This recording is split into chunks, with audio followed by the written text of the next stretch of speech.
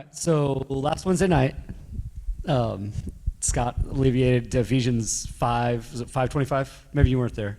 Sorry, that's what I looked up afterwards. But we talked about limited atonement.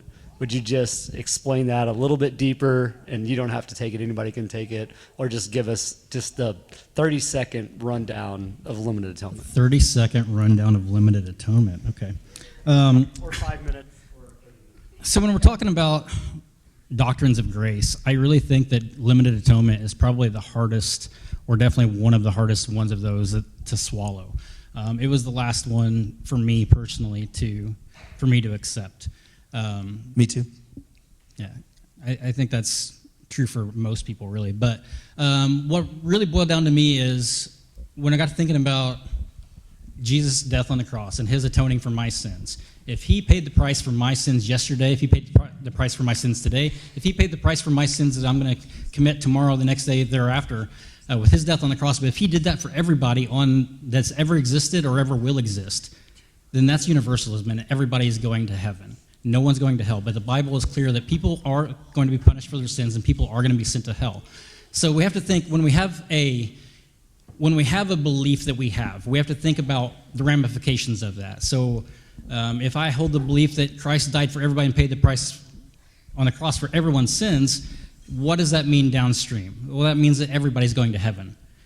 And that's not what the Bible teaches. So we have to think about the ramifications of what our beliefs are. Does that then align with what Scripture teaches?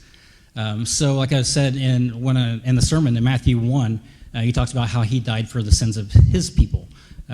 Isaiah 53, he was going to be beaten for the transgressions of my people. So it's very clear in those passages he's talking about my people, of his people, not the world. Like he prayed in John chapter 17, he's not praying for the world, he's praying for his people there. So we have to look at the entire biblical canon to see what it teaches about these topics, and not just pull a verse here or a verse there and see how we might interpret that. We have to interpret that verse in light of the entire biblical canon, as so that it does not contradict itself somewhere else, because the Bible doesn't contradict itself. So if we find a verse that we think may contradict it, then we may have to look at it and reinterpret it. Maybe we have a wrong interpretation of it if it seems to be contradictory in some nature. So if you look at Hebrews chapter 7, Hebrews chapter 9, where it talks about these are the guarantee of the new covenant, these are the guarantee of our salvation, he didn't make our salvation possible by his death on the cross, he secured it. So his death was effective in securing the salvation of his people.